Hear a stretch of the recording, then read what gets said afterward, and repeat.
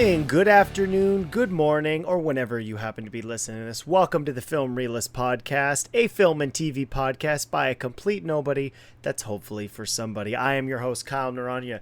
Episode 2 is even more jam-packed than episode 1. We have some fan questions. We have the very first episode of a Game of Thrones prequel series, the spin-off that finally made it. There were so many, but this one has finally made it to air. We have episode 2 have She-Hulk. So, before getting into anything, we are going to only be doing spoilers for Game of Thrones. I should stop calling it Game of Thrones. The House of the Dragon, we are going to be exclusively in spoiler territory because it would be very hard to give an overall impression without talking about specifics, as well as She-Hulk. So, if you have not watched those episodes yet, I highly recommend you check them out. Before listening to this, the show notes will list specific time codes, so if you want to jump around and avoid the specific spoilers, you are welcome to do that. I am very excited to get into our very first mailbag and our very first fan question. Now, this fan question comes from Jermaine Jones, and the question is specific to me. If you follow me on Twitter, you know that I am a pretty avid DC and Marvel fan, but Jermaine wants to know specifics. Thank you for sending in the question, Jermaine. You can tweet at FilmRealist or at Kyle_NORONHA if you want your question answered on the show. So here is the question. Do you like the variety of tone in DC films as opposed to the cookie-cutter, factory-produced, straight-off the assembly line Marvel films? Now, thank you again, Jermaine, for the question. So, may or may not like the answer, but I am going to not give specific. So this is a complicated question to talk about. There has been a discussion amongst movie fans, comic book fans for a long time on why the MCU has been successful and why the DC films have not been successful. Now, without getting into the overall quality, I'm going to try to answer the question. So, the first part I'm going to tackle with this is the variety of tone in a DC film. Now, why that's interesting, if we're talking about specifics, the DCEU has, for the most part, sticked to a specific overall gritty, more mature tone, which was started with Zack Snyder. I am a fan of his films, Man of Steel, Batman vs. Superman, Ultimate Edition, if you're looking for one specific, and Zack Snyder's Justice League, the definitive version of that film. In between the Snyder era, which, if you're talking to most film journalists or anybody who's willing to tell you anything that's going on at Warner Brothers, I don't think anybody knows, but that's a conversation for another day, that we have been getting a variety of tone, which is part of Jermaine's question, with the DC films. Now, personally, I'm going to try to go through them and give my overall opinions on those films. Now, Joker being maybe one of the films that some would argue as a wild change from the DC movies, but really it's not. In my opinion, it's more of a Scorsese film under the Joker umbrella, and ultimately I don't think it did those things great. I think it's a fine movie. Is it something that I'm going to revisit? Again, no, I'm not really looking forward to the sequel. I mean, I'll see it. It sounds interesting, but tone is something that you can throw as a blanket statement over a film, and ultimately that is not what makes or breaks a film. At least when I'm watching something.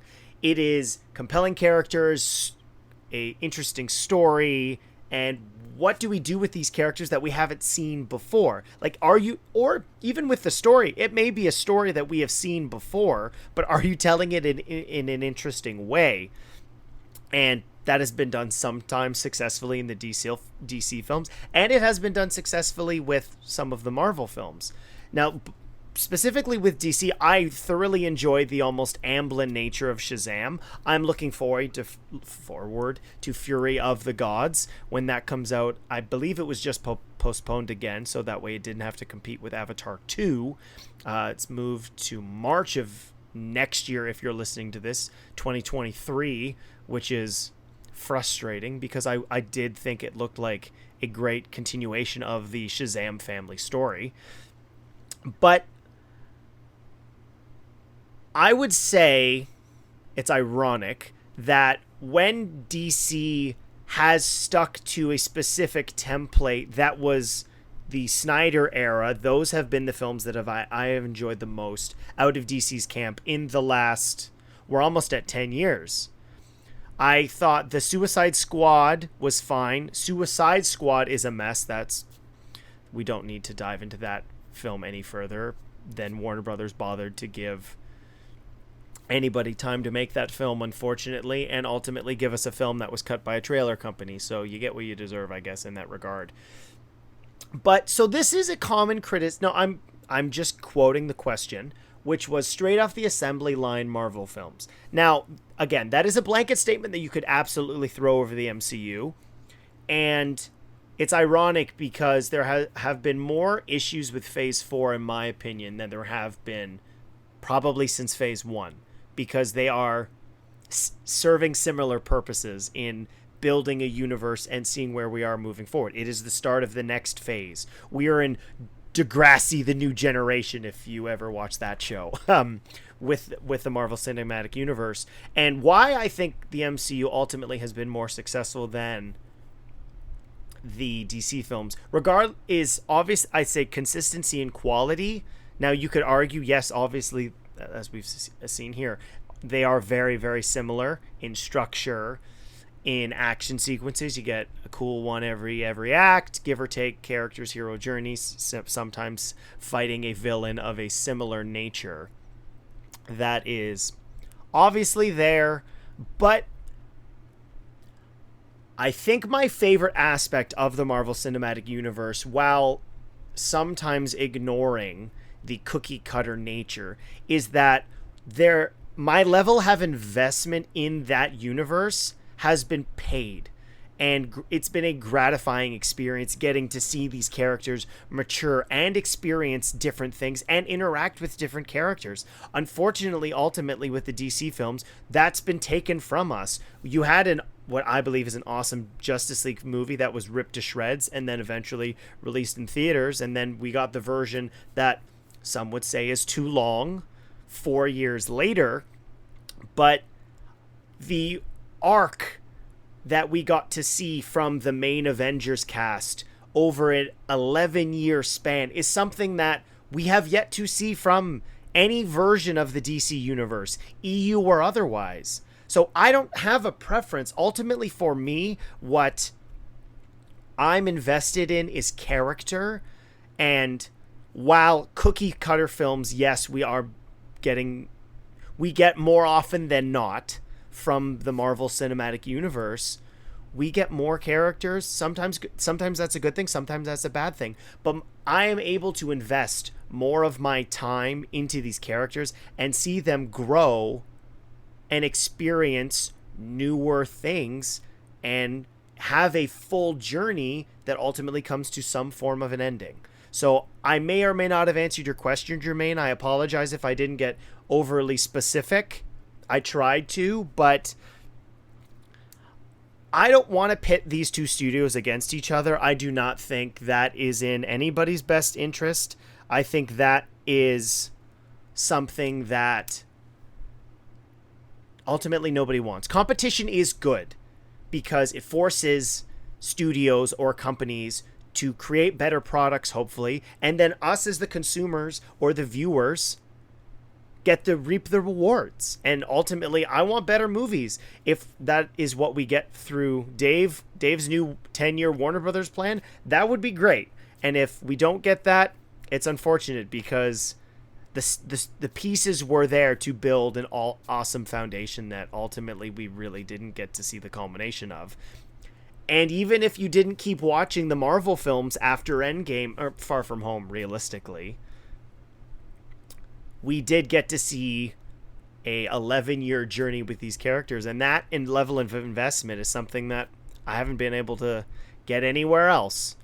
So that's how I feel. And again, I will see the DC movies if I'm interested, and I will see the Marvel movies. I want them both to be great. I don't want one to be better than the other. They've been doing different things, and to some degree, that's been the best part so far. So yeah, that's how I feel about that. We have a second fan question that I'm going to save for our She-Hulk discussion, which, as I said earlier, is going to be entirely spoilers.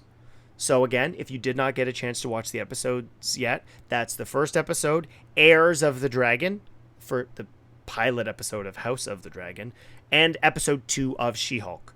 So you've been warned, but spoilers are incoming for House of the Dragon. Now, it's been so long. It's actually only been 3 years. I thought it had been longer since we had seen the ending of Game of Thrones, the Song of Fire and Ice, as the novels were described. I'm going to get full into spoilers here. I got lots of notes.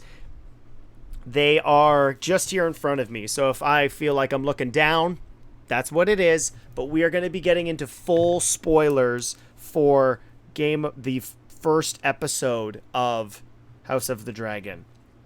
All right, so we are shown the end of the first king's era, Jaehaerys, which is pretty cool. He had no sons, and he ultimately picks one of his nephews because, again, it's medieval times. Can't have a girl king or a woman king. I understand that these shows are supposed to be based in this ancient medieval time, not on Earth, but some of this stuff just feels so... It's 2022. I get it, but it feels a little bit like a crutch. It's discussed that it's 172 years before the death of the Mad King, which ultimately is the beginning of Game of Thrones. Now, my favorite things, I'm going to get into my notes here specifically. I thoroughly enjoyed this episode. I thought it was quite good. The parts of it that I disliked the most were when they had any significant connection to Game of Thrones. Now, I'm not going to get into how I felt about the ending of that show, because I just don't want to have any DMs or ats where it's, you're an idiot, how did you like that? Or you're an idiot, how could you not like it? It's not the point, but I prefer loose connections than specifically saying membadis, member berries, as they're known sometimes. Yes, that was not what I enjoyed. What I did think was quite funny, though, and this was something that I noticed, was when we do finally see King's Landing for the first time, we see this awesome panning shot as a dragon, which I can't remember the name of the dragon off the top of my head, flying through King's Landing. And I thought to myself, well, the last time we saw King's Landing, it was being burned down by a Targaryen. So things have changed, but I guess they haven't happened yet. But, eventually things are going to go really poorly for the citizens of King's Landing. I saw Graham McTavish. I like Graham McTavish. He's in one of my favorite movies from 2015, is Creed. He plays the manager of Pretty Ricky Connellan, which is pretty awesome. And I believe he voiced a character in Uncharted. I believe the second one. I'd have to fact check myself on that one, but I think it's the second one. I'm fairly certain it's the second one. I'll look it up at another time. And we are given young Rhaenyra, which is interesting because I was fairly certain, let me look this up, it was Emma Mackey who was going to be playing her, but it's not. We get a younger version of a new character. Emma Darcy is going to be playing Rhaenyra. One of the things I will never miss about Game of Thrones is their names. I write them down phonetically the way that I hear them, so that way I can remember them. And this show certainly does the same thing that the very first episode of Game of Thrones does, which is give you a ton of people to remember and a ton of weird-ass names. So thank you, Game of Thrones. Some things may change, but that never will.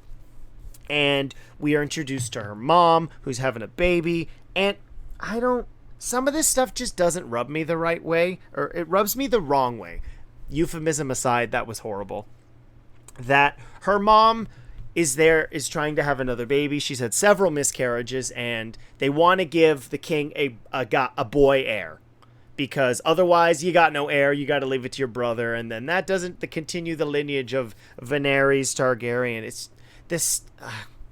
The politics are a lot in this first episode, and it's all about being a dude so you can be king. And you need to have a baby dude so they can be king. Wouldn't that be awesome? Everybody needs to be a dude because it's medieval times, and unfortunately it sucked to be a woman. It's awful. I hate this stuff. I know we're supposed to be looking at it through the lens again of this medieval era, but I'm watching it with my 2022 eyes. And we had a bunch of women stuff going on. The women were not even, I would argue, the best characters of the Game of Thrones. But that's besides the point. And what Aema, which is Rhaenyra's mom, says pregnancy is essentially our job, but Rhaenyra wants to be a knight, which really reminded me of, I don't know why specifically, but Quest for Camelot. Don't know if anybody's seen that movie. It was made by Warner Brothers, ironically, way back in the day, and she wanted to be a knight and didn't know what a damsel in distress was, which was awesome. We have some side story that I don't know if we're going to go back to. Maybe at some point. I would be shocked if we didn't, but there's a guy named the Crab Keeper killing pirates, and we get a council of Daenerys'. We have Rhys Ifans playing Otto Hightower. Love to see Rhys Ifans in anything. That guy's awesome. We have he is Hand of the King. Still got that thing. Still got that fancy little pin on. I wonder how they make that in medieval times. I don't really know. But so, and they're having a tournament of heirs, which are essentially anybody who is a famous family. They're sending their heir to fight, which doesn't really make sense to me, because wouldn't you want your heir to survive? Because if your heir dies, you'd be having the same problem that Daenerys is having with his kingdom in not having a king. I don't know why you would do that, but that's besides the point, I guess. So the heir tournament, it's cool, it's violent, it's awesome to see these historical types of battle being done with these big budget shows. It's very jarring, especially having seen The Last Duel the year before, which was also very, very graphic in terms of the violence that it was willing to show. But it's Game of Thrones. They're always going to be doing that to us. Honestly, I think it needed to be a little bit more A Knight's Tale. That would have been awesome. Like AC/DC or Queen. I'm joking, but that would have been something that I really would have been looking forward to seeing a specific, I don't know. One thing that was also a little odd is I know that they're not using the specific Game of Thrones theme song or like the official title score.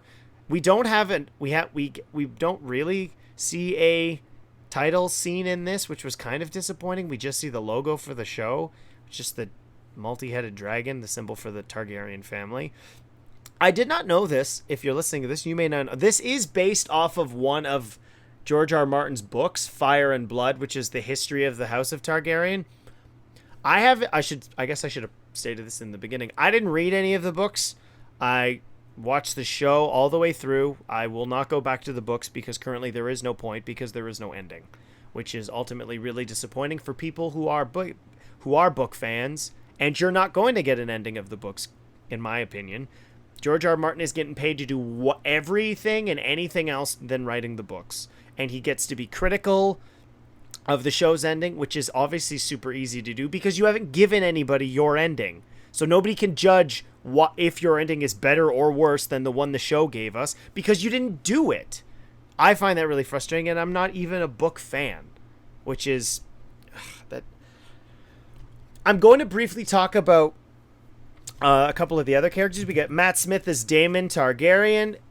This is now the third or fourth big franchise that Matt Smith has been able to stick his hands or get his mitts on. That being Terminator Genisys, probably the worst Terminator movie of them all. He was supposed to be in Star Wars Rise of Skywalker, and obviously he was in the internet's favorite movie, Morbius. So he sucks. He has an interesting relationship with Rhaenyra. I thought it was going to be a little more insidious They seem to be speaking Valyrian to each other, which is, again, the fact that this show is able to create all these different languages is quite incredible. And the amount of linguists they must have to teach people these languages that have no basis for anything is really, really cool. And seeing more Valyrian spoken amongst the Targaryen family is something that we did not really see in Game of Thrones, as I believe Daenerys is the last person to be able to speak it, unless you were one of the the maesters, the people with the knowledge. They got the monk robes and those weird chains. I have not revisited any of Game of Thrones since the finale. I meant to do a rewatch of it this summer, but I never got to it, which is unfortunate. And so, currently, because I should gotta look at my notes again. Viserys has no sons. His daughter can't be, which is, again, so stupid, but whatever. His brother is the heir to the throne. He's got that scar spot. I'm talking about Lion King. If you have not watched The Lion King, go watch The Lion King. But obviously he's very happy because he is currently in line, and he wants to be king, potentially, but also he seems really lazy. He's enjoying that, like, I may be king life sometime, but it's not really what I want to do right now. Currently, he's in charge. Okay, so I wrote this note down here, and there are certain aspects of this show that I do not really appreciate given the current climate of 2022 in the last couple years. And I don't want to get political. And if you don't agree with me, you're more than welcome to be entitled to your opinion, but you're listening to this, so here's mine, which is the fact that we are shown that they needed a job for Daemon, Matt Smith, and he is put in charge of I almost called them the Night's Watch. They're not the Night's Watch, but he is in charge of the security of the City Watch. I knew it had watch in the title, the City Watch, and they just go through. He's rallied up these guys. They're hounds, he's really got them going. And they just go through and murder. It seems with just complete wanton violence in King's Landing. It really grinded my gears. I did not enjoy seeing, like, there's these. I understand things. Obviously, it's different, but watching something where there are no repercussions to how the City Watch treats their citizens, they can do and will do whatever they want.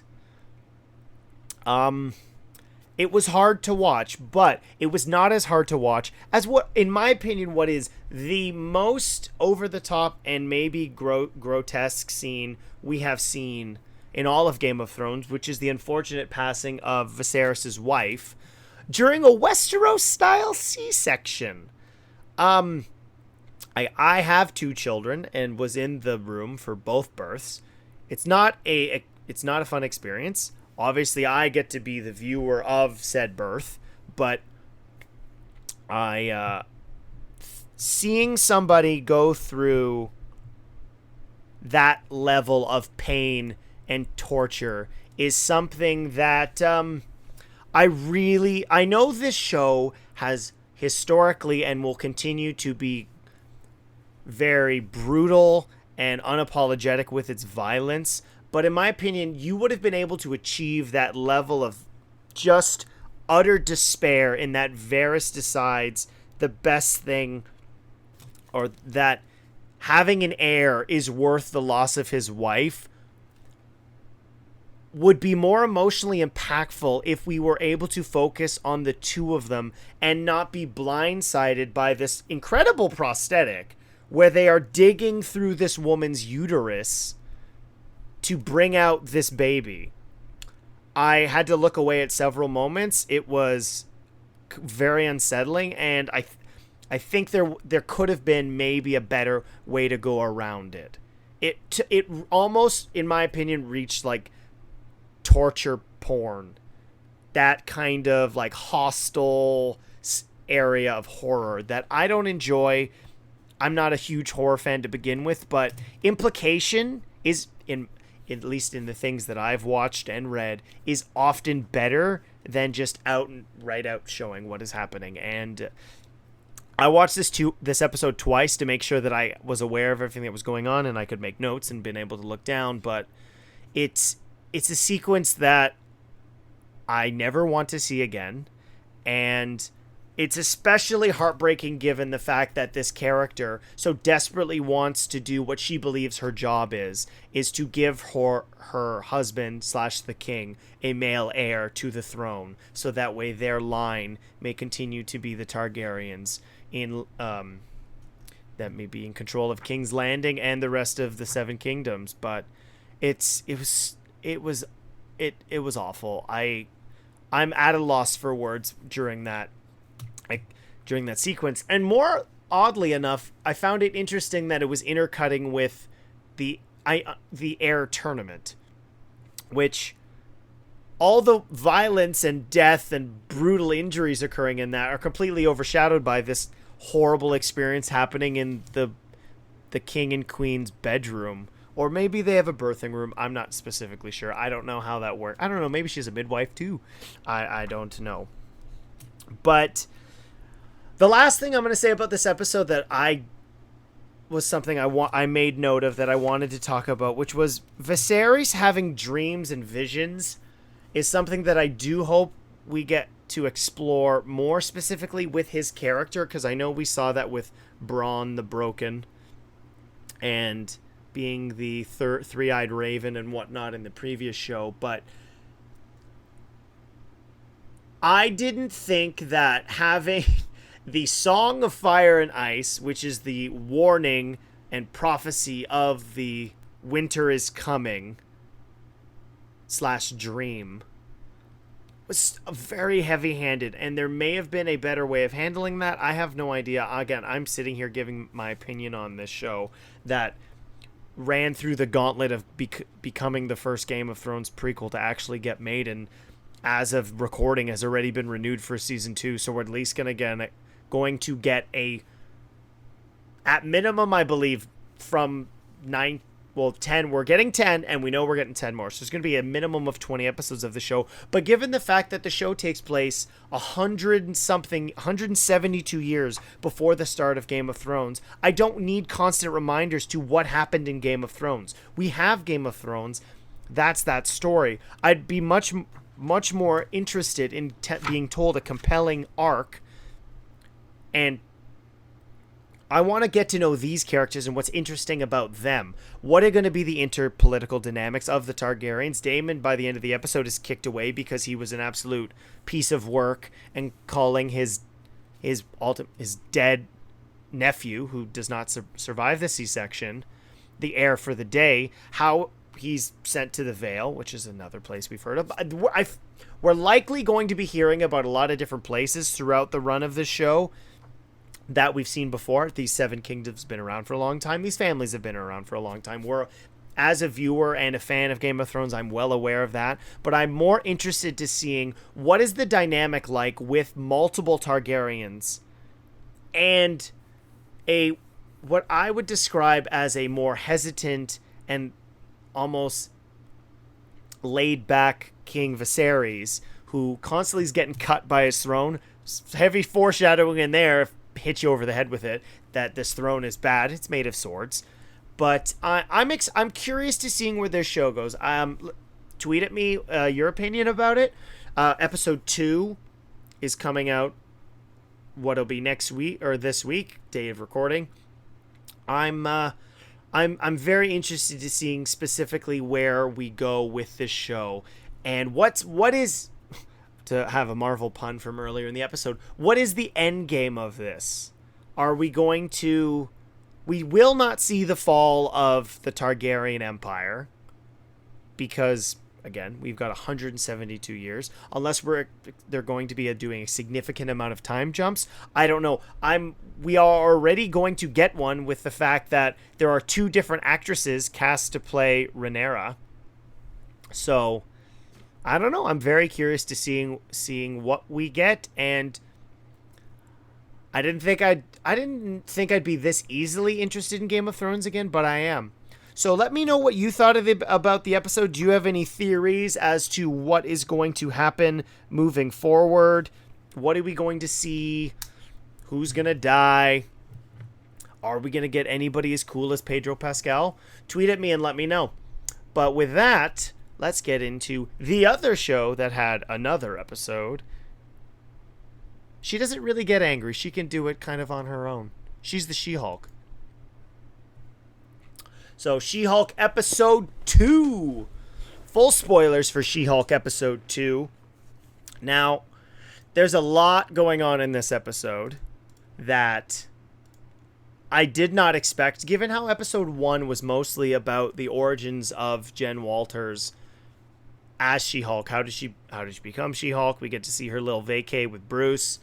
This really sets up kind of the whole show moving forward. We see the aftermath of her punching Titania at the courtroom. She loses the trial, or it doesn't lose. It becomes a mistrial and she loses her job, falls down a well of despair, and ultimately is given a job by the guy who fired her, who was suing her, or suing the city, in leading up the super person or enhanced individual law department, and who is her first client, Emil Blonsky, aka the Abomination, the return of another character from The Incredible Hulk, that movie from 2008 that we thought was dead for so long, but then obviously there was the return of Thunderbolt Ross in Civil War, Infinity War, and Black Widow. Rest in peace, William Hurt. But it is interesting to see. Now, something I should have looked back into, but I didn't. If listeners, let me know if you caught this. I was under the impression that Tim Roth in The Incredible Hulk had an American accent. And then in this, it's something else. I don't know what it is specifically, but it does not sound like an American. Now, I'm a Canadian, but I'm fairly certain I could pick out an American and then undistinguishable something else accent, which I thought was really interesting. I laughed at this. I thought it was funny. I did not think it was as good as episode 1. I didn't. I don't know why specifically. Maybe that was because we had the inter-family relationship between Bruce and Jen that was really, really good. But that does... So I have 2 questions that were sent in specifically about this episode. These questions come from Dan Vogel, aka DHV Moon. Why were the Khans one of the best families depicted in a TV series? And right after that, the Walters were painful to watch. Now, that's a good question. Thank you for sending that in. Again, that was sent to me at Kyle_Naranya. So ultimately, why I think there was such a difference between the two families is what story were they telling? What made the Khans so fantastic was we were getting a show that was unapologetically, and it should not have needed to, be authentic to Kamala Khan's familiar relationship and their connection with being a Muslim, her brother, her mother, and her father, and ultimately what is that world like when you become a superhero. And we're supposed to like those people. Miss Marvel does not work if we are not enjoying the reactions of her family to her superpowers or her lies. And ultimately, it's supposed to be heartwarming, and you're supposed to love her family. And people get embarrassed by their family, but I think that's the story that they were telling. And so I think what makes the Walters so painful is we're not supposed to like them. Her brother's supposed to suck. I think everybody has a sibling or a cousin that just constantly seems like an underachiever, but is praised while you're working very hard and don't seem to be getting the credit for it. That's a tale as old as time. There's a bunch in this episode, I guess, that there's to discuss. Again, we're in the full spoilers of the episode. Bruce is going to space in what looks like to be a Sicarian ship, so that is interesting. So we had Nick Fury in space. at some point. He may have come back, and now Bruce is going to space to solve something. And so, but yeah, I think that's why the Walters suck. My favorite reference in this entire show is when Bruce says that he is over his issues with Emil Blonsky because he sent him a very personal letter and a haiku. And he says, and I quote, "I'm a completely different person." And Jen Walters looks into camera and says, "Literally." Now, if you didn't understand the reference, that's referencing the Incredible Hulk, who did fight Emil Blonsky in The Incredible Hulk and was played by Ed Norton at the time. So it's a meta joke. And also, to some degree, could be a reference to the fact that he's Smart Hulk now, as opposed to just Angry Hulk, which is what he was in... I guess it's supposed to take place in 2010, but The Incredible Hulk, which was released in June of 2008, which I thought was really funny. And then, of course, this has been brought up a bunch. This is part 2.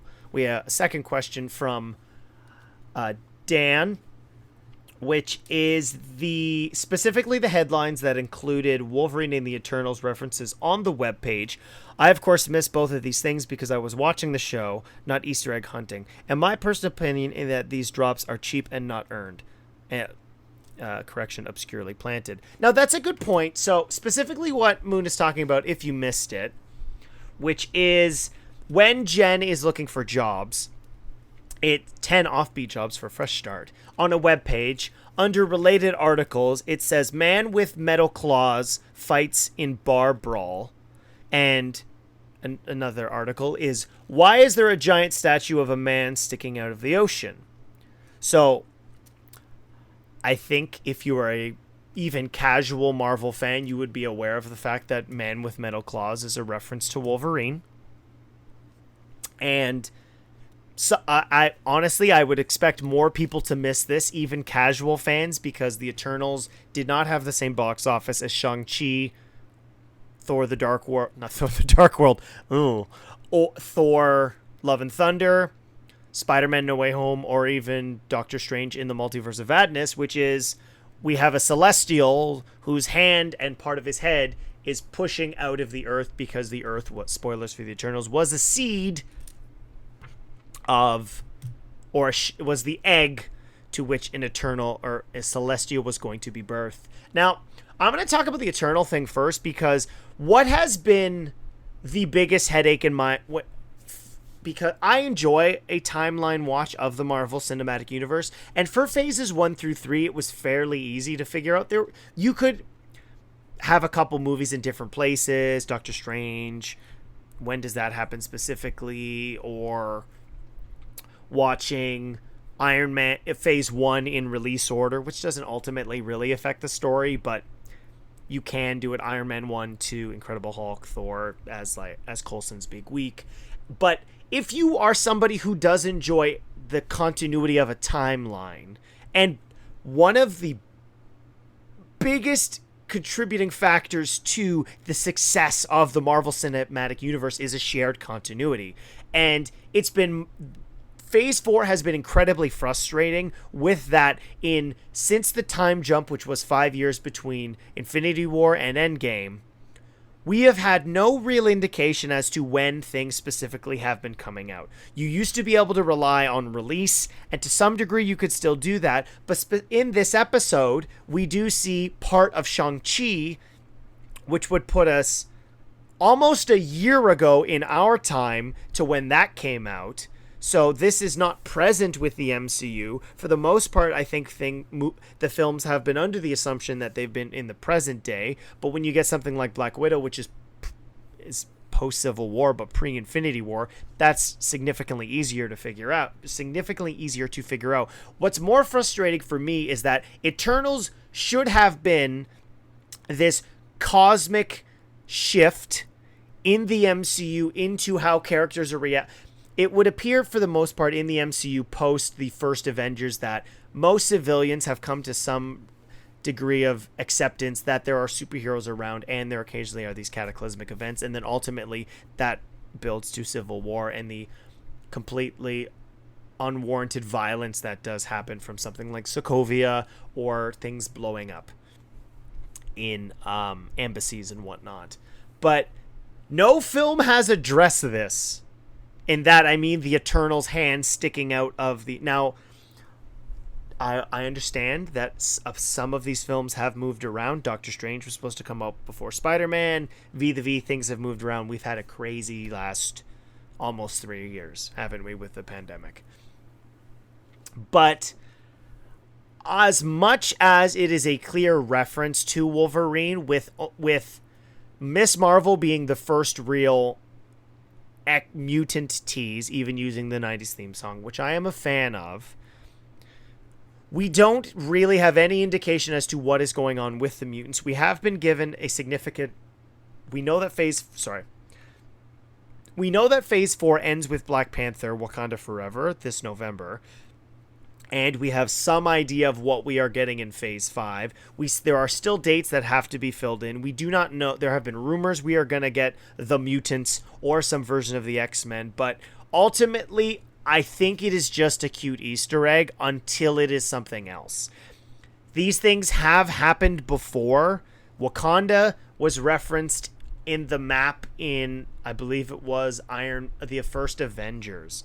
And then it was briefly mentioned in Phase 2 with the Vibranium and Ulysses Claw. But that took years before we actually got to see Black Panther and Wakanda. We got to see someplace in Africa, but we didn't actually get to see Wakanda. So I think it's a cute reference to the X-Men, the first X-Men film, which is clearly what it is here. If you want a great breakdown list of these, you can find them at screenrant.com. But I don't think these are going to...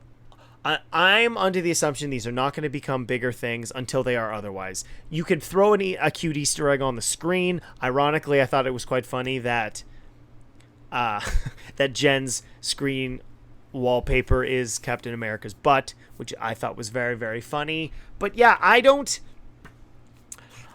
see it as cheap and not earned, because we have, outside of Professor X, who we did see in Doctor Strange, Multiverse of Madness, he is a version of the character we may not see. Multiverse of Madness has created more of a headache in terms of what exactly this means moving forward for that level of mutants, of the Fantastic Four. I was somebody under the impression that, spoilers for Multiverse of Madness, when we saw John Krasinski as Reed Richards, that was clear he was going to be the 616 MCU's Reed Richards, but it's become clear that likely may not be happening, or we have no idea. There may be a director for Doctor Strange, for Fantastic Four, but that has yet to be confirmed or officially announced by Marvel. Matt Shackman is currently in the running right now, but there's a lot to unravel with this. So if it's not John Krasinski, that means different actors are going to be playing these roles. I was always under the assumption we were going to see a version of Professor X, but I mean, given Patrick Stewart's age, it's unlikely he's going to be doing it with the MCU for the next 10 to 15 years, but who knows? So I think it falls under the category of cute Easter egg as opposed to reference for something bigger. It would be odd for something that cataclysmic to be a reference like this on a web page as opposed to a plot point of the story, which is currently not what it is. And by a great example of that being Miss Marvel is a mutant as opposed to an Inhuman, which I believe is clearly going to lead to something in the Marvels, which is why we have Miss Rambeau, who's now Photon, as well as obviously Captain Marvel and Ms. Marvel all in the same film. But I enjoyed episode 2 of She-Hulk. I think it has a lot of charm. Tatiana Maslany is killing it, and I look forward to seeing episode 3. This episode was a little bit shorter. I believe it was just under 22 minutes, was slightly annoying, but I like this show. I'm looking forward to seeing Daredevil in the near future, and Wong moving forward. And if this does give more specifics into timeline, that's something that definitely I'm going to appreciate, because I would like to know how to watch this stuff in chronological order in 4 years when I want to reconsume all 100 hours of phases 4, 5, and 6, which, saying out loud now, seems very, very daunting. I don't like that at all. But yes, that is how I feel about She-Hulk. Thank you, Dan and Jermaine, for your questions. We have covered those. Again, if you would like to answer them, send them into the show. I would love to answer them. There's going to be, we are in a leaner part of the year in terms of Ultimate with films, so I will likely have more time to fit them in now before we get into the blockbusters of the fall, which is something that I am looking forward to watching. But yes, so I am happy to announce that the show is now on Apple Podcasts and Spotify, in the process of being on Google Podcasts. You can find that all in the link tree. Please subscribe. Please leave a review. Please give a star rating. Constructive criticism is always appreciated. Thank you so much for listening to the show. I'll see you next time.